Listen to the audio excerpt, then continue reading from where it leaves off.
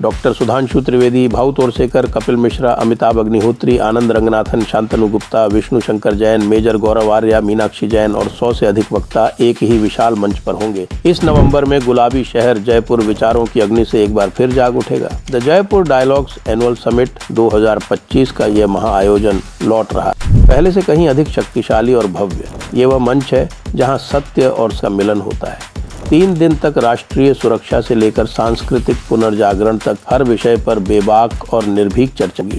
ये केवल एक समिट नहीं बल्कि एक सभ्यता की आवाज है जो अपना वृत्तांत स्वयं लिख रही है। इस महत्वपूर्ण राष्ट्रीय संवाद का हिस्सा बनने के लिए आप अपना रजिस्ट्रेशन करा सकते हैं। इस वैचारिक आंदोलन को समर्थन देने के लिए आप सेशंस को स्पॉन्सर कर सकते हैं और आयोजन स्थल पर अपना स्टॉल लगवाकर व्यापक दर्शकों तक पहुंच सकते हैं। वहां रहें, साक्षी बने, आवाज बने।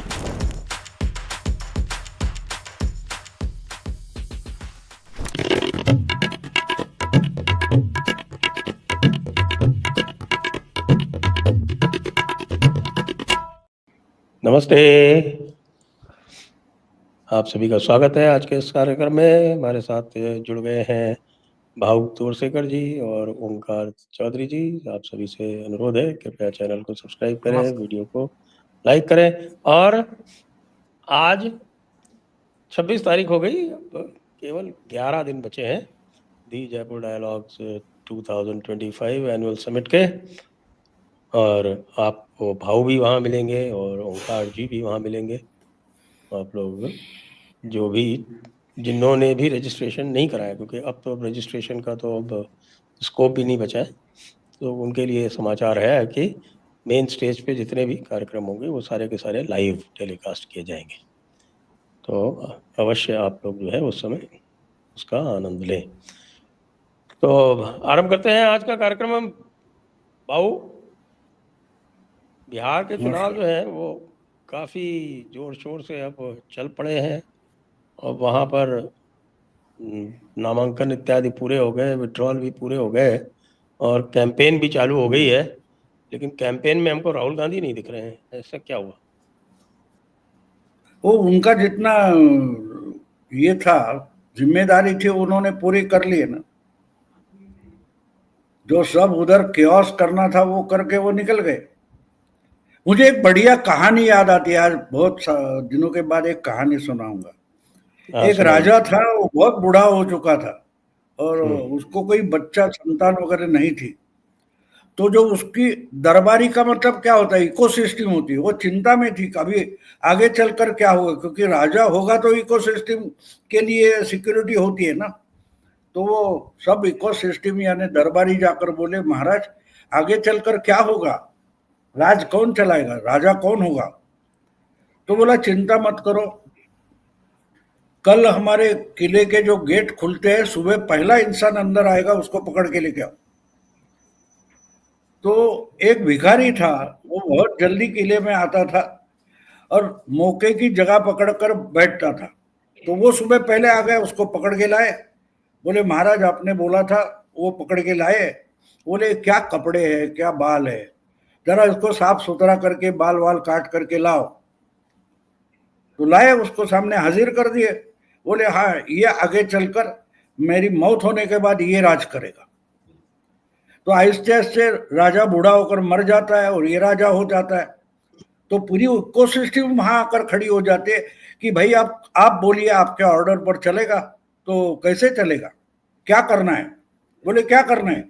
वो बाजार में बैठने वाले लोग हैं, इधर उधर घूमने वाले, उन सबको आज से हलवा पूड़ी खिलाओ, बेचारे भूखे रहते हैं, रोज उनको हलवा पूड़ी खिलानी है।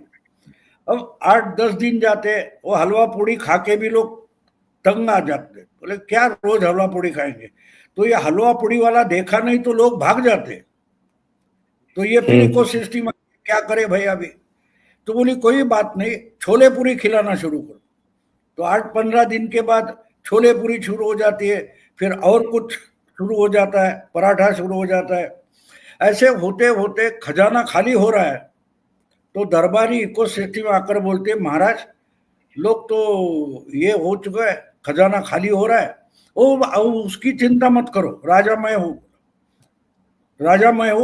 मैं बोल रहा हूँ वो करो। फिर एक ऐसी बात आती है तो बोले बाजू वाला राजा है वो कब्जा करना चाहता है, उसकी सेना निकल पड़ी है। फिर बोलते हैं कि आके कि भाई देखो ये आप कर रहे हो लेकिन उसके कोई सिक्योरिटी का बंदोबस्त नहीं है, वो तो किले के गेट तक आप पहुंचा है। तो बोला कोई बात नहीं, कोई बात नहीं। वो दूसरा राजा आकर पूरा किला कब्जा कर लेता है तो फिर इकोसिस्टम आती है। बोले राजे महाराज क्या करना है? बोले जिस दिन मुझे पकड़ कर लाया था गेट पर से, वो मेरे फटे हुए कपड़े कहाँ हैं? वो मेरी वो कटोरा था वो कहाँ है? वो बोला वो तो वहां रखा है गोडाउन में। अच्छा वो लाओ। वो लाते हैं, वो पहनता है। बोले महाराज आप कहाँ निकले? मैं बोला वो नाके पर बैठने चला, वो भीख मांगने। अब बाकी कुछ बचा है तुम चलाओ। तो बिहार कांग्रेस की हालत आप पूछ रहे हो ना, तो उसका ये जवाब है। जो करना था राहुल ने कर लिया। अब बाकी कुछ वो अल्लाह बरू हो, गहलोत हो, उन्होंने संभालना है। पप्पू यादव हो, कन्हैया कुमार हो, ये बिहार कांग्रेस आपकी है, संभालो। मैं चला नाके पर जाकर कोलंबिया गया, वेनेजुएला जाकर भीख मांगने बैठ जाऊंगा। तो राहुल गांधी ने क्या किया है इसका ये जवाब है।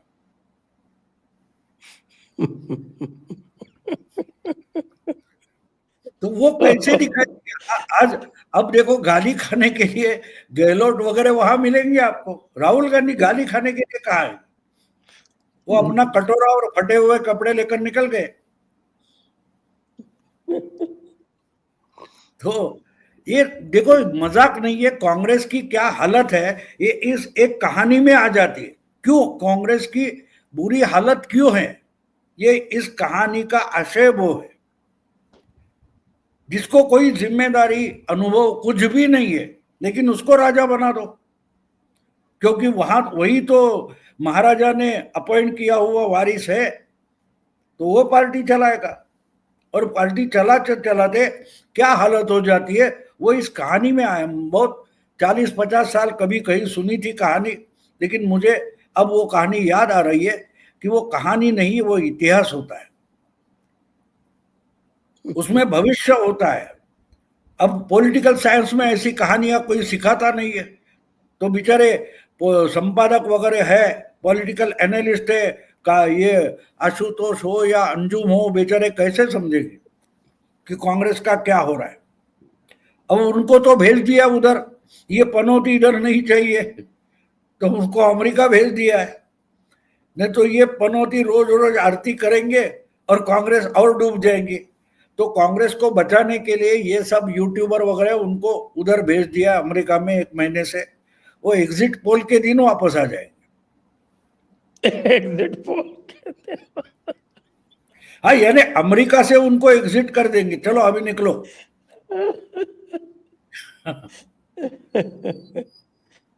कोई स्टेटमेंट भी नहीं दिखाई पड़ रहा है, कम से कम कुछ ट्विटर विटर पे बोल दिया करते, कुछ करते, वो भी कुछ नहीं पता चल रहा है।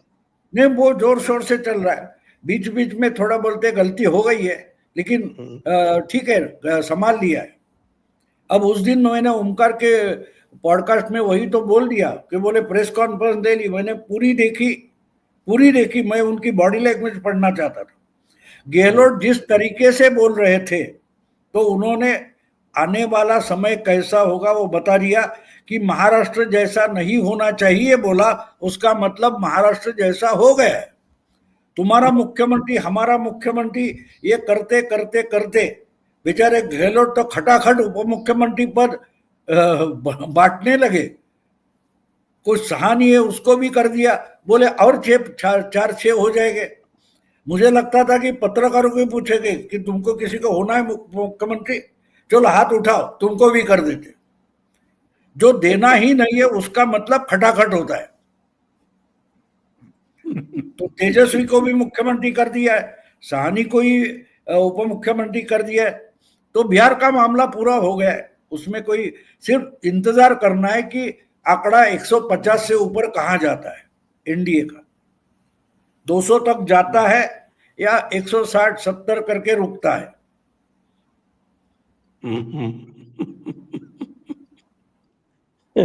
ओंकार जी, अभी तो जो है उनके झगड़े पूरी तरह से निपटे तो है नहीं, इतना सारा गए वो गहलोत जी और सब कुछ करने के बाद ही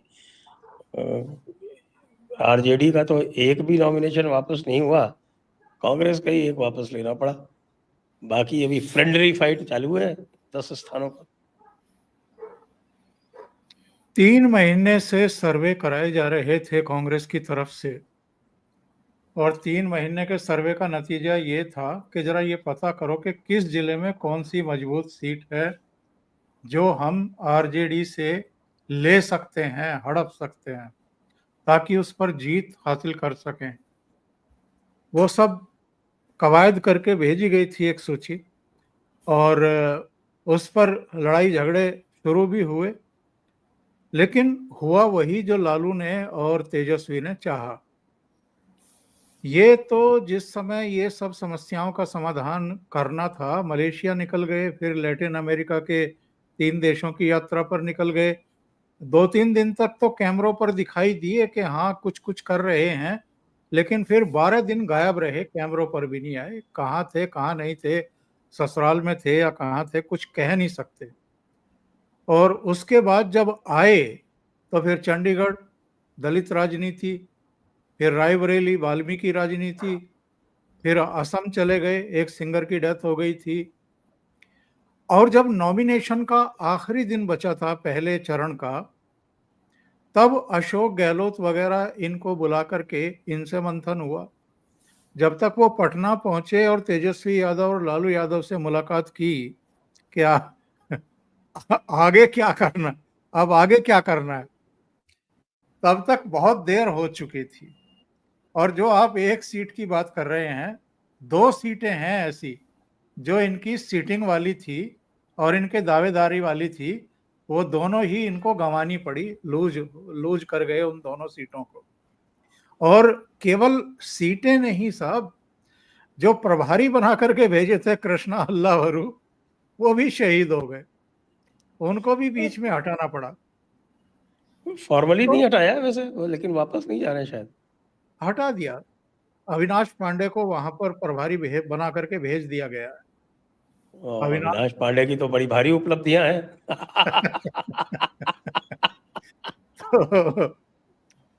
तो कांग्रेस किस तरह, और देखिए अनफॉर्चुनेटली इनका मुकाबला किससे होता है। चलिए वहां तो खैर आरजेडी बड़े भाई की भूमिका में रही है, लेकिन मुकाबला कैसे लोगों से है। प्रधानमंत्री नरेंद्र मोदी, गृह मंत्री अमित शाह, धर्मेंद्र प्रधान से लेकर के तमाम इनके रणनीतिकार, जिन्होंने अलग अलग राज्यों में जाकर के जहां टफ फाइट थी उसको आसान बना दिया, आसान जीत में तब्दील कर दिया। और किससे मुकाबला है? आरएसएस के पूरे कैडर से, जिसने हरियाणा में काम किया, जमीन पर काम किया, जिसने महाराष्ट्र पर जमीन पर काम किया, जिसने दिल्ली में अपना पूरा जो है कैडर को नीचे जमीन तक, बूथ लेवल तक, बल्कि घर घर तक पहुंचाने का काम किया।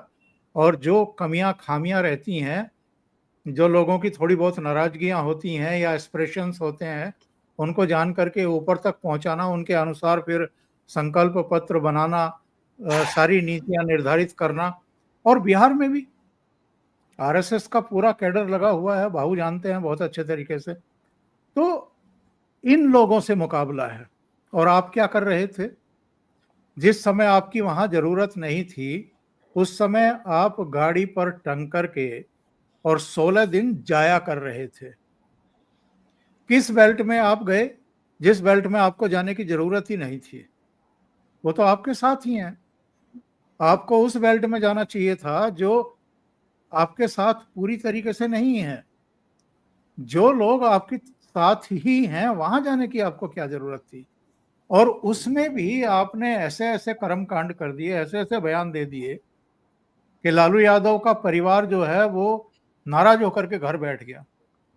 आपने वोट चोरी की बात कर दी। वोट चोरी की बात करते ही लोगों के दिमाग में चारा चोरी अपने आप उभर आया। आप एसआईआर का विरोध कर रहे हो, लेकिन ये नहीं बता रहे कि क्यों विरोध कर रहे हो। कोई तर्क तो दोगे ना कोई। अच्छा, नीचे जमीन पर जो बातें हो रही थी लोगों से, जिनको हम छोटे यूट्यूबर मान लेते हैं, वो जो गली मोहल्ले में जाके बात करते हैं, ठेली वाले से, नाई से, और फल बेचने वाले से, सब्जी बेचने वाले से, राह चलते हुए आदमी से, थ्री व्हीलर वाले से, वो सब कह रहे हैं कि एसआईआर का विरोध काहे को भाई, हमारा तो वोट नहीं कटा है, हमने तो लोकसभा में भी वोट किया था, हमने अब भी हम लोग वोट करेंगे, और काहे की वोट चोरी। तो ये चीजें जो जमीन पर नहीं थी वो सब बातें करके और चुनाव को एक तरीके से बिगाड़ करके राहुल गांधी वहां से निकल गए। और अब देखिए, आपके विदेश से लौटने के बाद वो 3-4 राज्यों की यात्रा कर चुके हैं, लेकिन बिहार नहीं गए हैं। आप जो प्रोग्राम शुरू होने से पहले पूछ रहे थे, तो मेरी, चूंकि मैं कांग्रेस पार्टी एआईसीसी कवर करता रहा हूं, तो कांग्रेस में कुछ लोग हैं जो बहुत सारी चीजें शेयर कर लेते हैं। तो मैंने जानने की कोशिश की पिछले 2 दिनों में कि राहुल गांधी हैं कहाँ और बिहार का उनका क्या कार्यक्रम है, क्योंकि कहीं कुछ एक छपा था कि राहुल गांधी और तेजस्वी दोनों मिलकर के करीब 12 सभाओं को संबोधित करेंगे। तो मैंने ये पूछा कि ये 12 सभाएं कब होने वाली हैं, क्योंकि उधर तो चुनाव प्रचार पूरे उरूज पर है, योगी आदित्यनाथ आ चुके, अमित शाह इस समय मैदान में है, प्रधानमंत्री की पहले चरण की 3 रैलियां हो चुकी हैं, उनकी 9 रैली अभी प्रथम चरण के लिए और होनी है, दूसरे चरण के लिए अलग से उनकी व्यवस्थाएं हैं और उनका प्रोग्राम है। तो राहुल गांधी कहाँ है? कांग्रेस के शीर्ष नेतृत्व में भी किसी को जानकारी नहीं है कि राहुल गांधी बिहार जाएंगे भी या नहीं जाएंगे, और जाएंगे तो अकेले करेंगे या तेजस्वी के साथ करेंगे। तो ये क्योस है इस समय। तो इन्होंने कहां ला करके छोड़ दिया है पार्टी को और पूरी मुहिम को, आप अंदाजा लगाइए। भाव ऐसा नहीं लगता कि राजीव गांधी जो है वो तेजस्वी को अपना गुलाम समझता है, और वोटर अधिकार यात्रा में उसी तरह से वो व्यवहार भी कर रहा था, और अब उसके लिए बिल्कुल वो तेजस्वी को सीएम फेस डिक्लेयर करना पड़ गया, तो अब उसके लिए बड़ा मुश्किल है आके साथ में प्रचार करना। नहीं, मैं नहीं मानता ये कोई नई बात नहीं है। आप अगर भूले हो तो मैं आपको याद दिला दूं, 2022 2017 का या 22 का चुनाव था, नहीं 2017 का चुनाव था शायद, जब प्रशांत किशोर उनके साथ थे यूपी में। प्रशांत किशोर ने बहुत प्रयास किए, अलग अलग रणनीतियां बनाई। पहले प्रशांत किशोर ने बोला था किसी ब्राह्मण को मुख्यमंत्री पद का चेहरा बनाओ, ये बोले बिल्कुल नहीं। फिर बोले थे प्रियंका को, राहुल गांधी को बनाओ, तो अभी इनके घर में तो सिर्फ प्रधानमंत्री पैदा होते, तो बोले ठीक है प्रियंका को बनाओ, बिल्कुल नहीं। फिर शीला दीक्षित जो 15 साल दिल्ली की मुख्यमंत्री रही, उसको ब्राह्मण चेहरा करके बोला था, और जब तक वो वहां जाके वोटर करके अपना नाम रजिस्टर करे तब तक पिक्चर और बदल गई कि भाई अकेले नहीं होने वाला है तो समाजवादी पार्टी के साथ जाओ। तो समाजवादी पार्टी के साथ जब बात हो गई तो इतनी नजदीक टाइम आ गया था कि अखिलेश ने बोला कि ठीक है परसों में लखनऊ में प्रेस कॉन्फ्रेंस कर रहा हूं, राहुल गांधी को वहां भेजो, वहां ही गठबंधन डिक्लेयर करते हैं और सीट का बंटवारा बाद में, प्रेस के बाद में करेंगे। ये पहुंचे नहीं राहुल गांधी, वहां पहुंचे नहीं। फिर उस रात को जो खबर मुझे ध्यान है, कम से कम 15 बार प्रियंका वाड्रा ने फोन किया, मैसेज भेजे, अखिलेश ने रिस्पॉन्ड तक नहीं किया। आखिर अहमद पटेल को चार्टर प्लेन से सोनिया गांधी ने लखनऊ भेजा कि भाई जाओ मना लो उसको। तब तक गुस्से में अखिलेश ने 300 सीटें डिक्लेयर कर दी थी यूपी की, समाजवादी पार्टी की। तो जो बचे थे उसमें से कुछ इधर उधर किया, और समाजवादी पार्टी की कम से कम, ओमकार सही बोल सकते हैं, 25 या 30 सीटें थी, वो वापस लेने के लिए तैयार नहीं हुए। और बिल्कुल आज जो आप 11 सीट की बात कर रहे हो वो यूपी में हुई थी।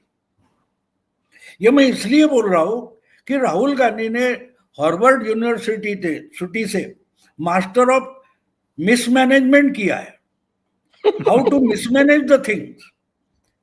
तो आप प्रयास करो। हमारे एक बढ़िया सरकास्टिक लिखने वाले मराठी एक लेखक थे, उन्होंने एक बड़े दूसरे लेखक के बारे में लिखा था कि मैं कितनी बार प्रयास करता हूं लेकिन इनके जैसा विषयांतर नहीं कर सकता। तो बोलते बोलते यहां से उठकर सूरज पर भाषण है और चांद पर पूरा लेक्चर देकर निकल सकते हैं। तो राहुल गांधी वैसी चीज है, उनको समझना मुश्किल है। तो इसलिए जो कुछ हुआ है, तेजस्वी वगैरह आप क्या बात कर रहे हो, कौन तेजस्वी? ये सब हमारे गुलाम हैं। जो शरद पवार ने उनका वर्णन किया था, राजदीप सरदेसाई और आज तक का साहिल करके जो हमारा मुंबई का रिपोर्ट है, ब्यूरो चीफ है साहिल जोशी, उसके साथ मराठी में बात करते हुए शरद पवार ने आज के कांग्रेस की बिल्कुल सही हालत कही थी कि जो आपके यूपी में बहुत सारे ऐसे पुराने जागीरदार सरंजामदार है, वो अपनी हवेली में रहते हैं और हवेली की मरम्मत करने के लिए भी पैसे नहीं है, लेकिन सुबह उठेंगे और आंगन में खटिया डालकर बैठ जाएंगे। कोई आएगा तो उसको बोलेंगे वो पहाड़ दिख रहा है ना, वहां से यहाँ की नदी है, वहां तक पूरा इलाका हमारा था। पवार बोले, क्या बोलेंगे? पहाड़ से लेकर नदी तक हमारा इलाका था, है नहीं, है नहीं। ये जो उन्होंने बोला था, और उतनी ही बात नहीं है, आपने बोला इसलिए मैं रेफरेंस दे रहा हूं। मुझे याद है कि 2014 का चुनाव हारने के बाद आज के उनके सलाहकार, बड़े बुद्धिजीवी जयराम रमेश ने टाइम्स ऑफ इंडिया को इंटरव्यू दिया था। उसमें बोला था सल्तनत तो निकल गई लेकिन अभी भी सुल्तान बने बैठे हैं। ये मेरे शब्द नहीं है, आप गूगल करो तो आपको टाइम्स का वो इंटरव्यू मिल सकता है जयराम रमेश का। ये दूसरा कोई नहीं, घर का बोल रहा है। तो ये राहुल गांधी की माइंडसेट है। वो कहते कि कौन बोलता है, हम है अभी भी, हम राजा है, होंगे राजे राजकुंवर हम, बिगड़े दिल शहजादे, हम सिंहासन पर जा बैठे, जब जब करे इरादे। आपको राहुल गांधी समझना है ना, राहुल गांधी के जन्म से पहले 70 साल पहले ये गाना लिखा गया है, होंगे राजे राजकुंवर हम, यानी भले चुनकर आए हुए प्रधानमंत्री वो रहेंगे, लेकिन हम जब सब सोचते हम सिंहासन पर जा बैठे, जब जब करे इरादे, सूरत है जानी पहचानी, दुनिया वालों को हैरानी। इससे और मैं राहुल गांधी के बारे में क्या बोल सकता हूं, जो 420 फिल्म में 70 साल पहले डिक्लेयर कर दिया राहुल गांधी क्या है। तो तेजस्वी वगैरह गुलाम भी नहीं है, कचरा है, फेंकने की चीज है, यूज इट, थ्रो इट। अब इनको लगता है इनकी भी लाचारी होती है, इनकी भी लाचारी होती है ना, क्योंकि इनको मोदी के खिलाफ जाना है, बीजेपी के खिलाफ लड़ना है, और सबसे बड़ी पार्टी विरोधी में कांग्रेस की है। क्या करेंगे बेचारे? यहां कुआं है वहां खाइए बोलते हैं ना, बिल्कुल वैसी हालत है। क्योंकि आप सेक्युलरिज्म की गलत डेफिनेशन बनाकर उस पर चल पड़े हो। तो आपके लिए मोदी जी ने राहुल गांधी नाम का राहुकाल शुरू कर दिया है, तो उससे निकलो, जैसे निकलना है निकलो। इसकी परवाह ना अमित शाह करेंगे ना मोदी करेंगे। वरना कभी कभी मुझे लगता है, कभी कभी कि अगर कांग्रेसी लोग है या गांधी परिवार है, उनको कांग्रेस का रिवाइवल करना है, तो जितने आज CWC में बैठे हैं कांग्रेस वर्किंग कमेटी में, उनको लात मार के भगा दो, और उनकी जगह हमारे अशोक वानखेड़े है, अजीत अंजुम है, आशुतोष है, इन सबकी एक वर्किंग कमेटी बनाओ कांग्रेस की, शायद वो रिवाइव कर सकते हैं। क्योंकि मीडिया, कांग्रेस तो मीडिया में चलानी है ना, चुनाव में कहाँ कांग्रेस बनानी या चलानी है। इनकी कांग्रेस जो चलानी है वो मीडिया में चलती है, और जितनी जोर शोर से वो बेचारे कांग्रेस चला रहे, उतनी तो कांग्रेस का कोई लीडर भी नहीं चलाता, इतनी कांग्रेस अच्छी तरीके से माहौल बनाने में मीडिया में जो बैठे हैं इकोसिस्टम वो चलाती है, तो उनको ही डायरेक्टली वर्किंग कमेटी में ले लो। कांग्रेस का सर्वाइवल हो जाएगा, रिवाइवल भी हो जाएगा। हाँ, चुनाव में नहीं, मीडिया में। वैसे आपकी सलाह लगता है किसी को लग गई होगी, तो बाकी वर्किंग कमेटी तो नहीं, लेकिन अभी अमेरिका में 7 बड़े वीर पत्रकार जो हैं, जिसमें हमारे आशुतोष और ये अभय दुबे और इस तरह के लोग शामिल थे, इनको सबको बुलाया गया था कैलिफोर्निया में। और कैलिफोर्निया में उनकी डिस्कशन हुआ। डिस्कशन क्या था? टॉपिक भारत में आज की पत्रकारिता, और उसमें बड़े बड़े ज्ञान दिए गए। मेरे ख्याल से पता होगा ओंकार जी को। हाँ, नहीं, भाऊ अभी जिक्र कर रहे थे उस चीज का, तो मेरे प्रोग्राम में भी हल्का सा डिस्कशन हुआ था इस पर। लेकिन उसी का तो कह रहे थे भाऊ कि इनको एक्चुअल में वहां ठेल करके भेजा इसलिए गया है कि यहाँ ये चुनाव खराब ना करें। मतलब तो वो तो जितना आगे वापस आ गए, वो तो 19 तारीख को थी। जी जी जी। हाँ, तो फिर प्रोग्राम में कुछ संशोधन हुआ होगा, क्योंकि राहुल गांधी मोर्चे पर नहीं जा रहे, मैदान में नहीं जा रहे हैं, तो किसी ना किसी को तो मुहिम का अगुवा बनना है ना। तो अब ये सत्य असत्य और ये सब अपने अपने चैनलों पर बैठ करके अपना शुरू करेंगे कुछ ना कुछ। एक्चुअल में ये क्या है कि कांग्रेस ने अपनी गलतियों से या पिछले परिणामों से, और मैं अब ये भी नहीं कहूंगा कि पिछले परिणामों से, क्योंकि आप देखो ना कि कब से कांग्रेस कई बड़े राज्यों की सत्ता से ही बाहर है, दूर है। तमिलनाडु में 60 के दशक के बाद कांग्रेस का कोई मुख्यमंत्री नहीं।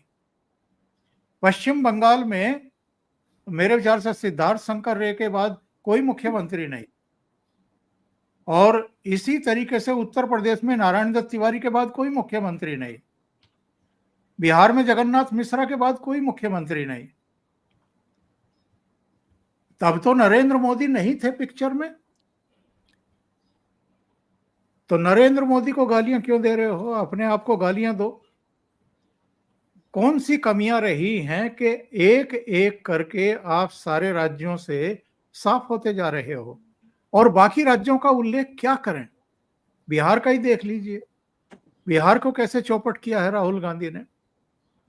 जो थोड़ी बहुत एक संभावना हो सकती थी फाइट की, अगर बेहतर समन्वय होता, संवाद होता, जिस तरीके से अमित शाह कभी उपेंद्र कुशवाहा को बुला करके, कभी चिराग पासवान को बुला करके, कभी जीतन मांझी को बुला करके तमाम तरह की पेचीदगियों, समस्याओं और जो भी आपकी इनकी उम्मीदें थी कि हम इतनी सीटों पर लड़ेंगे, हमारे पार्टी वर्कर्स का हम पर इतना प्रेशर है, या जिन जिन क्षेत्रों में हमने बेहतर काम किया है, जहां हमारी संभावनाएं हैं, उन पर बैठ करके डिस्कशन किए हैं ना इन्होंने।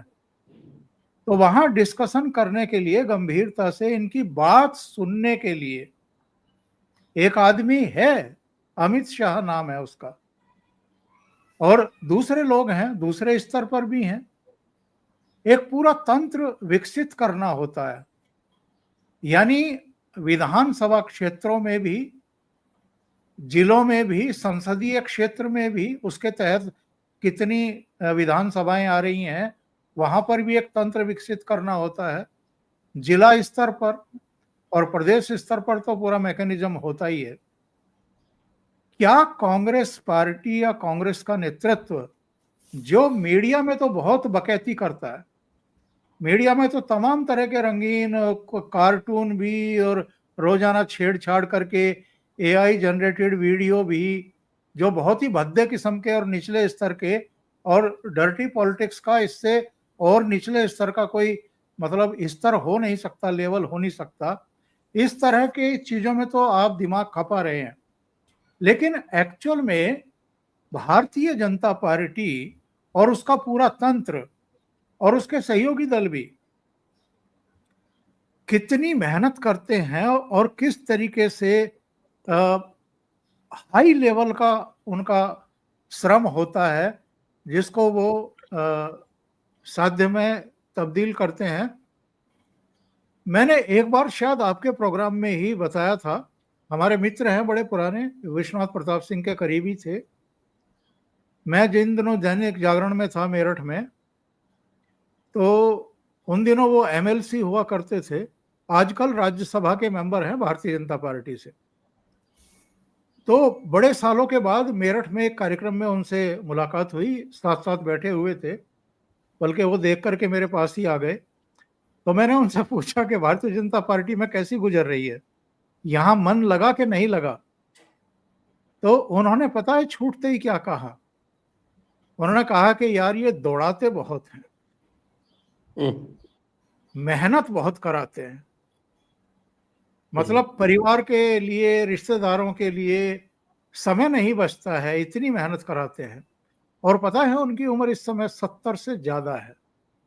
यानी आपको अगर राज्यसभा भेजा है बीजेपी ने, तो केवल राज्यसभा की कुर्सी तोड़ने के लिए नहीं भेजा है या सुख सुविधाएं लेने के लिए नहीं भेजा है, आपको उसके अनुरूप बहुत मेहनत करनी पड़ती है। क्या कांग्रेस में या बाकी के क्षेत्रीय दलों में, कुछ की मैं सराहना करता हूं, उनकी नीति, उनकी विचारधारा से मतभेद होते हुए भी, जैसे ममता बनर्जी है या उनकी पूरी पार्टी का कैडर है, वो समर्पित भाव से पूरे परिश्रम से वहां लगे ही रहते हैं। और जब देखते हैं कि कोई चुनौती मिली है तो फिर उसका मुकाबला भी करते हैं। उसमें नैतिकता अनैतिकता सब भूल जाते हैं वो, लेकिन उसका मुकाबला करते हैं और वहां से फिर वो निकाल करके बाहर आते हैं। बहुत सारे क्षेत्रीय दल जो वंशवादी परिवारों की विरासत की वजह से ही जाने जाते हैं और खड़े हुए हैं। और ना भूलें, ये सब इनमें से अधिकांश कांग्रेस की कीमत पर खड़े हुए हैं अलग अलग राज्यों में। तो इनमें भी लगभग वही बीमारी अब आ गई है अगली पीढ़ी में। मेहनत नहीं करना है, बकैती करना है सोशल मीडिया के जरिए, या गालियां ही बकना है। पर जिसको आप गालियां बक रहे हो, जरा उनसे ये तो सीख लो, ये तो रिसर्च कर लो उनके बारे में कि वो क्या केवल जब चुनाव आते हैं तभी भाषणबाजी करते हैं, तभी प्रेस कॉन्फ्रेंस करते हैं, तभी सोशल मीडिया पर सक्रिय होते हैं, या वो निरंतर उन्होंने अपनी एक आदत बना ली है, एक प्रणाली विकसित कर ली है कि हर दम, जैसे वो राज्यसभा के मेंबर कह रहे थे कि यार दौड़ाते बहुत है, तो हर स्तर के कार्यकर्ता को, नेता को इसी तरह काम सौंपे जाते हैं, भूमिका सौंपी जाती है। वो सतत लोगों के बीच में रहते हैं, वर्कर्स के बीच में रहते हैं, उनको झंझोड़ते रहते हैं, उनको भगाते रहते हैं। तो चुनाव ऐसे ही नहीं जीते जाते हैं। बड़ा आसान होता है ये कहना कि साहब वोट चोरी कर ली, या चुनाव आयोग ने नरेंद्र मोदी के साथ मिलकर के मैच फिक्सिंग कर ली। पर जरा अध्ययन करिए जमीन पर जाकर के कि किस स्तर से लेकर के किस स्तर तक इनका पूरा तंत्र चुनाव में जुटता है, खपता है और परिणाम देता है हर बार। लेकिन ये सीखने को तैयार नहीं है, क्योंकि मेहनत करना इनकी आदत में नहीं है, इनकी नेचर में नहीं है। तो जब टॉप लेवल पर चुनाव के समय आपका नेता मलेशिया और लैटिन अमेरिका के देशों में घूम रहा है, तो बाकी लोगों को क्या पड़ी है? नहीं, ये तंत्र के बारे में, और कल हमारे रिश्तेदारी में हम बैठे थे, बहुत 8 साल बाद मेरे रिश्तों वाले लोगों के साथ में बैठा था। हमारी भांजी है, गायनाकोलॉजिस्ट है, दोनों भांजी गायनाकोलॉजिस्ट है। तो वो इनकी बीजेपी वालों की आरोग्य आघाड़ी करके काम करते। तो एक नाना पालकर रक्त पेढ़ी है, ब्लड बैंक है, उसके आधार पर वो करते। तो बहुत कम दामों पर डायलिसिस वगैरह चलाते। अब मैंने बोला तू कब ज्वाइन इसमें गई? तो बोले नहीं, मेरा टाइम होता है, अच्छा टाइम जाता है, वहां अच्छे लोग मिलते हैं। तो वो पार्टी पॉलिटिक्स में उसको बिल्कुल इंटरेस्ट नहीं है, लेकिन 2-4 घंटे बचते हैं, अगर उसका सदुपयोग होता है तो क्यों ना मैं ज्वाइन करूं। अब वो उसके खुद के पेशेंट होते हैं, उस ब्लड बैंक में जाती है और कुछ करती है, तो उसमें जितने लोग कनेक्ट होते हैं उनके साथ अपने आप ये बातें हो जाती है। तो एक एक वोटर आहिस्ते आहिस्ते कन्वर्ट होता है। वो चुनाव के दिन 5 साल 4 साल के बाद काम आएगा। अब ये बच्ची जो है हमारी डॉक्टर, वो झंडा लेकर दौड़ेगी नहीं बिल्कुल, लेकिन उसकी एक आस्था है बीजेपी में। और आस्था कैसे पैदा हुई? हिंदुत्व वगैरह नहीं। मेरे 2 घंटे इधर उधर कोई टीवी देखूं या ये करूं, उसके बजाय वहां अच्छे जाते हैं। मैं दुनिया के लिए, समाज के लिए कुछ काम कर रही हो, इसका इस्तेमाल आराम से कर लिया है। लेकिन वो अगर समझो एक वोट भांजी हमारी, वो अगर इनको 100-200 वोट लाकर देगी, तो उसके लिए क्या मोदी ने या देवेंद्र फडणवीस मेहनत नहीं कर रहा है? उसके पास जो अच्छे काम के लिए टाइम देने की इच्छा है, उसके लिए अपने प्लेटफॉर्म या आउटलेट बनाया। पार्टियां ऐसे बनती है। इसकी गंधवारता भी मैं मानता हूं कि कांग्रेस में नहीं है। एक समय था, हम जो पुराने गांधीवादी संस्थाएं वगैरह देखती है, आज जो सिर्फ सब्सिडी पर चलती है, वो जब पैदा हुई, शुरू हो गई गांधीवादी संस्थाएं, उस वक्त कोई उनको सब्सिडी ब्रिटिश गवर्नमेंट नहीं दे रही थी। आज वो सिर्फ सब्सिडी निकालने का केंद्र बन गई।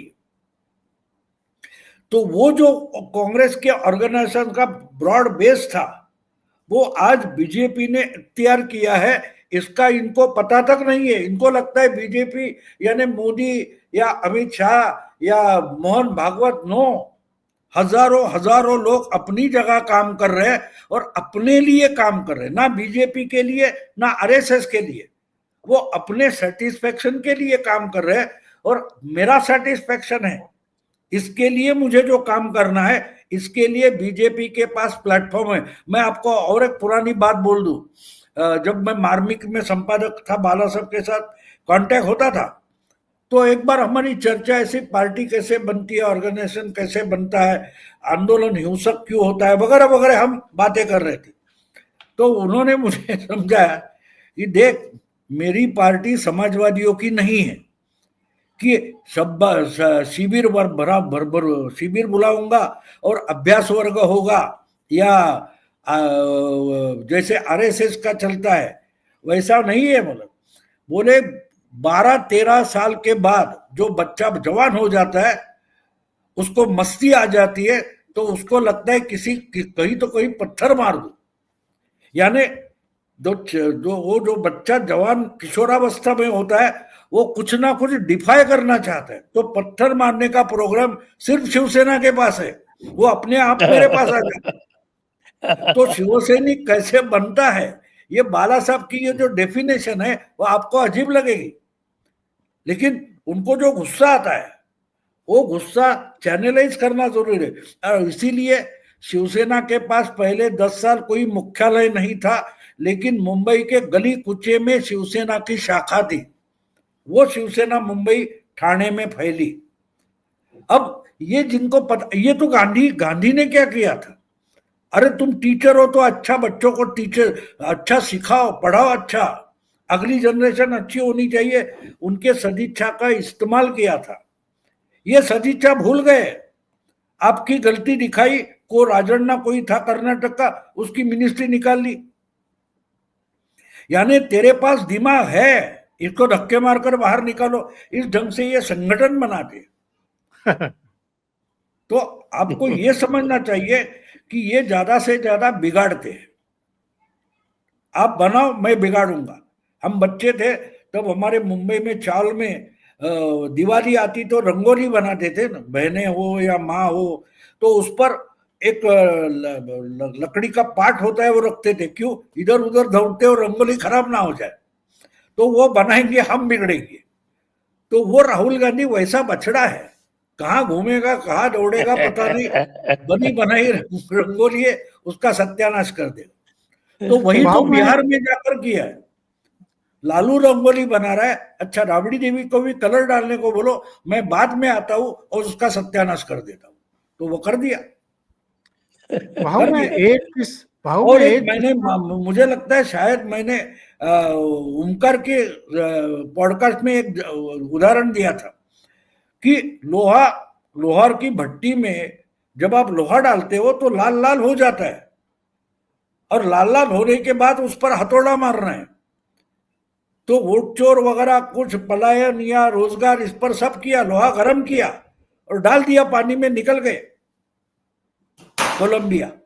समझे आप क्या हुआ है बिहार में कांग्रेस का क्या हुआ है? ये अगर समझना है तो किसी लोहार के भट्टी के पास जाकर खड़े रहो, और जो लाल होता है लोहा उसके बाद बोलो उसको कि फिर पानी में डाल। तो पानी में डालने के बाद लोहा फिर से अपनी जगह पर आ जाता है।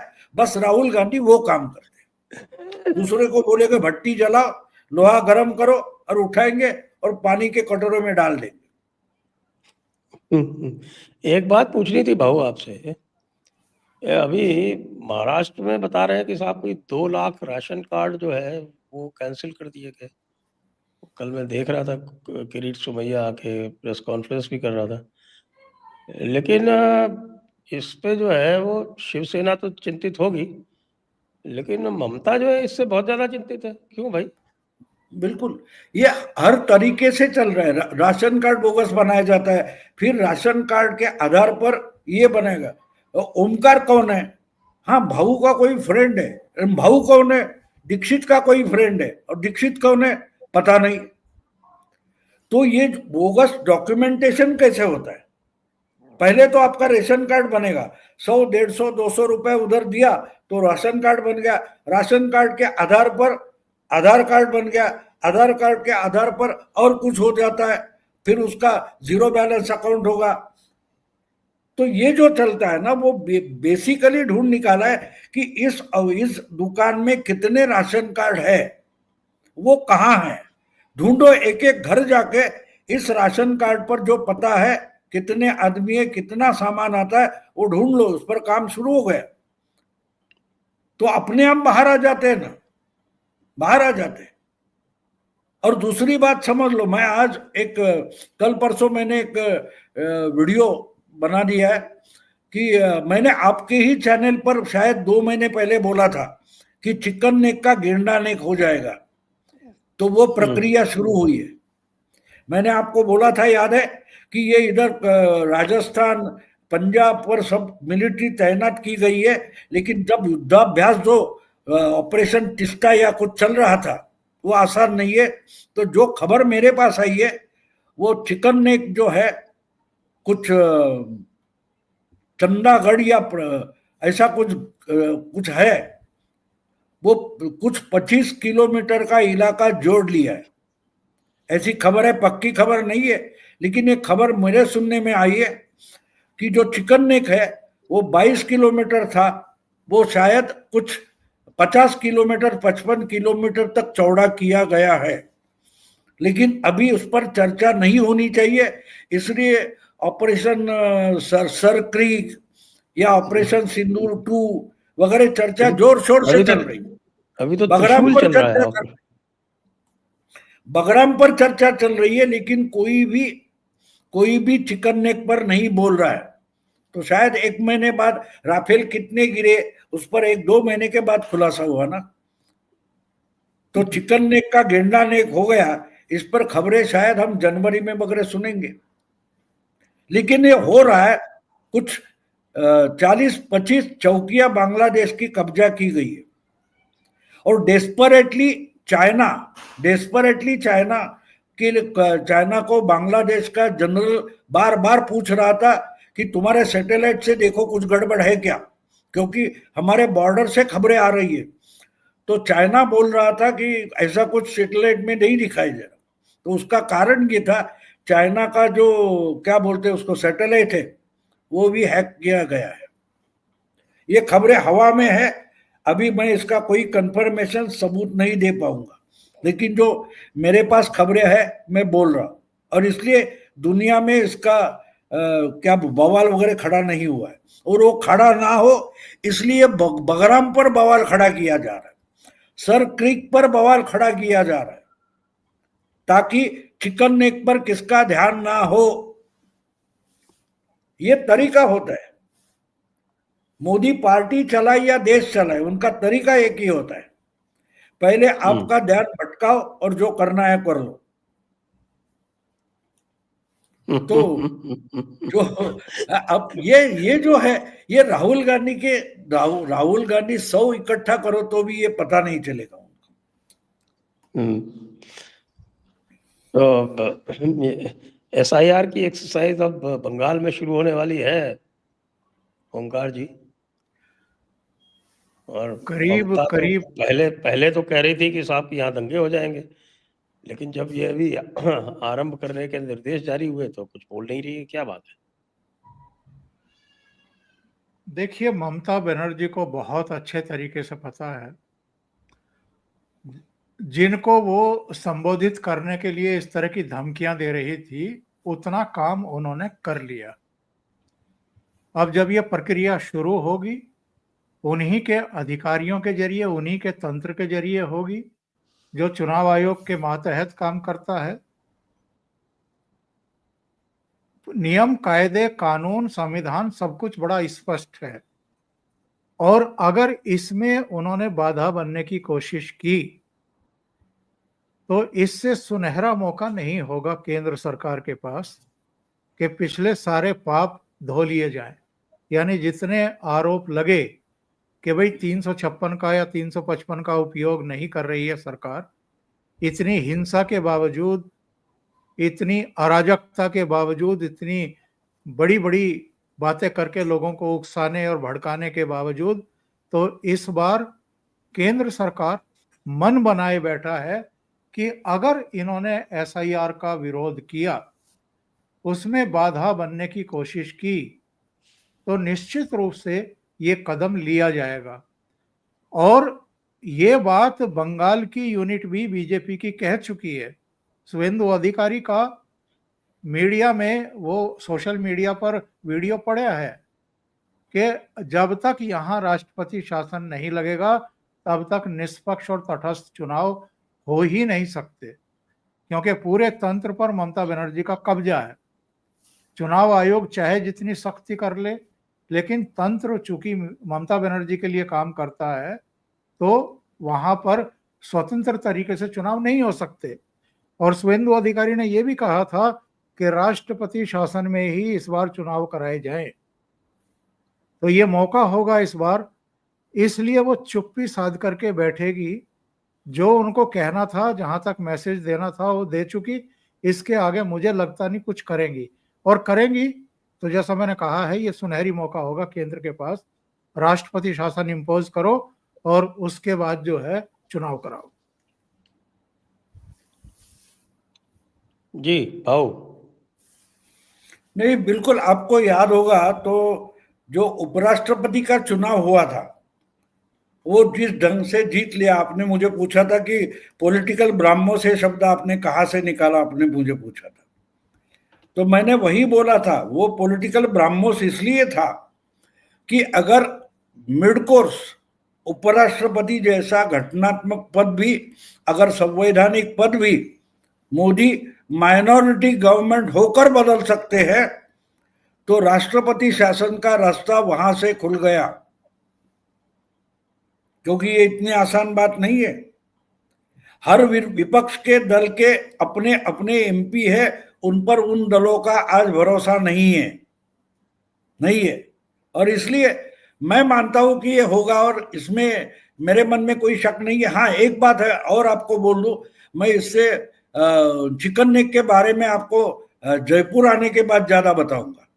लेकिन आप बार बार आजकल खबरें सुनते हैं कि यहां से इतने 80 बांग्लादेशी उठाए वापस भेज दिए, ये उठाए 17 उठाए भेज दिए। वो कहां से भेजे जा रहे, देखो, उनको वापस बांग्लादेश भेजने का जो रास्ता है वो बिल्कुल चिकन नेक के पास का है। गूगल करो, आपको पता चलेगा। हाँ, अब एक और बात उसमें आती है, जो भेजे गए, क्या 100% बांग्लादेशी थे या कुछ अज्ञात लोग भी भेजे गए? इस पर भी सोचो।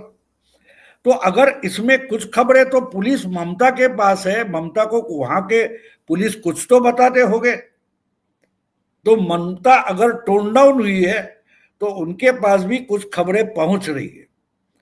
तो इस ऐसे वक्त में आप रिस्क कितना ले सकते हो? जिस ढंग से ट्रंप को झुका जाए एक इंसान, मोदी नाम का इंसान अगर ट्रंप को झुकाता है, तो ममता क्या चीज है ये ममता भी समझती है। एक बात है, हाँ, आशुतोष हो या ऐसे इकोसिस्टम के लोग ममता को चढ़ाएंगे, चने के झाड़ पर चढ़ाएंगे, लेकिन ममता का मतलब राहुल गांधी या उद्धव ठाकरे नहीं है, क्योंकि उसको मालूम है गिरूंगा तो मैं गिरूंगा, इनको तालियां बजाने में क्या जाता है। तो इतनी अक्ल तो ममता के पास है। इसलिए मैं मानता हूं कि जो बांग्लादेशी करके भेजे जा रहे उसमें बहुत सारी मिलावट हो सकती है, और एसआईआर करने को ममता रोकेगी नहीं, क्योंकि ये तो सुप्रीम कोर्ट में जाने का रास्ता भी बचा नहीं है जो बिहार में हो गया, और इसलिए वोट चोरी का आंदोलन ही गलती वो थी। तो राहुल गांधी ने बंद कर दिया सभी का। एग्जैक्टली, ऐसे बातों में कोर्ट में जाने की जरूरत नहीं थी। अगर राहुल गांधी नहीं जा रहा है तो दूसरा कौन गधा गया मुझे पता नहीं, क्योंकि राहुल गांधी की उसमें जो लीगल स्ट्रेटेजी थी कि आरोप करो कोर्ट में मत जाओ, लेकिन दूसरा गधा कोई गया, या बीजेपी ने जानबूझकर किसी को भेजा पता नहीं, लेकिन सुप्रीम कोर्ट से पूरे देश में ही कर लो, ये ऑर्डर सुप्रीम कोर्ट का है। अब क्या करोगे आप? अब क्या करोगे? और फिर एक बात जोड़ लो आप, एसआईआर तो होगा, लेकिन एसआईआर को सपोर्ट करने के लिए जो आपने बोला किरीट सोमैया हमारे यहाँ पुराने राशन कार्ड वगैरह ढूंढे जा रहे, तो जहां चुनाव नहीं है वहां के पार्टी को एक काम मिल गया कि झूठे राशन कार्ड ढूंढो, बोगस राशन कार्ड ढूंढो, बोगस आधार कार्ड ढूंढो, और पुलिस के सर पर बैठ जाओ कि भाई इनके आधार कार्ड कैंसिल होने चाहिए, या अगर यहाँ के नहीं है तो कहाँ कौन है, रोहिंग्या बांग्लादेशी, वापस भेजो उनको। यानी एसआईआर के लिए जो पोषक माहौल बनना चाहिए वो पूरे देश में बनना शुरू हो गया, ये समझो। और इनको क्या है, ये असेसमेंट करते इनका प्रॉब्लम ये होता है ना कि लोगों में देखो भ्रष्टाचार है, भ्रष्टाचार सब बोलेंगे, लेकिन भ्रष्टाचार जो होता है वो लोगों ने स्वीकार किया है ना। भाई कहां तक भ्रष्टाचार है? आपको रेलवे से अर्जेंटली जाना है और टिकट नहीं मिल रहा है, आप तो कहां ना कहीं से पैसा देकर निकालते हो, इसका मतलब आप भ्रष्टाचार को सपोर्ट नहीं करते, लेकिन अपना काम निकालने की जो कोशिश है उसको लोग भ्रष्टाचार नहीं मानते। हाँ, जो दुनिया से संबंध जिनका नहीं है, जो लोगों में जाते आते नहीं, लोगों से संपर्क नहीं करते, ऐसे जो एसी केबिन में बैठकर पीएचडी लिखने वाले हैं वो डाटा तैयार करते हैं, उस डाटा पर संपादक काम करते हैं, राहुल गांधी को परोसते, राहुल गांधी बोल देते। जो मुद्दे वोट चोरी और 2 महीने से उठाए गए वो अगर बिहार की आम जनता के मुद्दे है ही नहीं तो उसका चुनाव पर क्या प्रभाव होगा? हाँ, मीडिया पर प्रभाव होता है, क्योंकि मीडिया को कुछ चटपटा लगाने वाली खबरें चाहिए तो उसमें खबर बन जाती है। रोमिला थापर तो रोई ना, हमारे देश में आंदोलन ही बंद हो गए। रोमिला थापर का जेएनयू में भाषण क्या है? पिछले 10-12 साल से देश में कोई आंदोलन नहीं हो रहा है। अच्छा, आंदोलन किस लिए होना चाहिए? लोगों के मुद्दे हैं। इसका मतलब जो मुद्दे लेकर आप लोगों में जा रहे हो वो लोगों के मुद्दे नहीं है, वो लोग रिस्पॉन्ड नहीं कर रहे, यानी लोग रास्ते पर आ जाए। इतना बुरा शासन नहीं चाहिए, इसकी खबरदारी मोदी जी ने ली है, बीजेपी ने ली है, और ये समझना जरूरी है। बस वो छोड़कर बाकी चर्चाएं जोर शोर से चलती है और यहां विपक्ष फंस गया है, वहां विपक्ष फंस गया है। देखो, भ्रष्टाचार या गलती का मुझे बोलिए कि एक जो अवकाशयान भेजा जाता है उसमें एक छोटी सी गलती होती है और कल्पना चावला और उसके साथी मर जाते हैं, तो इतना कैलकुलेटेडली करके भी गलती रह जाती है, तो ये 140 करोड़ लोगों का वोटर लिस्ट बनाना कोई मजाक की बात नहीं है। और आप कहीं तो क्या 50 टन गेहूं मंगवाया और 50 टन गेहूं में आप 2 बोरिया खोलोगे और देखो इसमें 2-4 कंकड़ है, तो ये सारे कंकड़ है ऐसा बोलोगे तो लोग आपको पागल मानते हैं। वोट चोरी का मामला जो है इसमें लोग राहुल गांधी को पागल मानते हैं, ये समझ लो आप। भ्रष्टाचार जो होता है वो बीजेपी वाले भी करते हैं, लेकिन लोग क्या बोलते हैं, अरे कांग्रेस वाले तो खाली पैसा खाकर निकल जाते थे, ये पैसा खाता है लेकिन काम भी करता है, तो वो भ्रष्टाचारी नहीं है, बदली हुई मेंटालिटी है वो। अगर आप समझ लोगे तो हमारे यहाँ बीजेपी वाले बहुत सारे हैं, मुझे फोन करते ये अरे क्या बीजेपी का सरकार बोलते हो आप, लेकिन ये भी कर रहे हैं भ्रष्टाचार। तो देखो, चने किसी दुकान से एक मुट्ठी भर चने कोई उठाता है तो फर्क होता है, लेकिन कोई टीवी या वॉशिंग मशीन उठा कर लेके जाता है तो उसमें जो फर्क होता है वो आम जनता समझती है, चोरी किसको कहना है।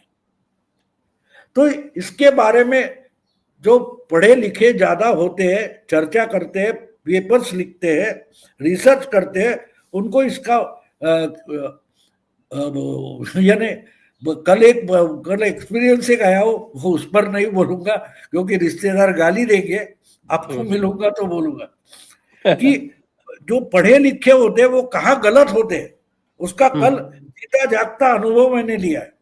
मैं आपको वहां आऊंगा जयपुर में तो बताऊंगा।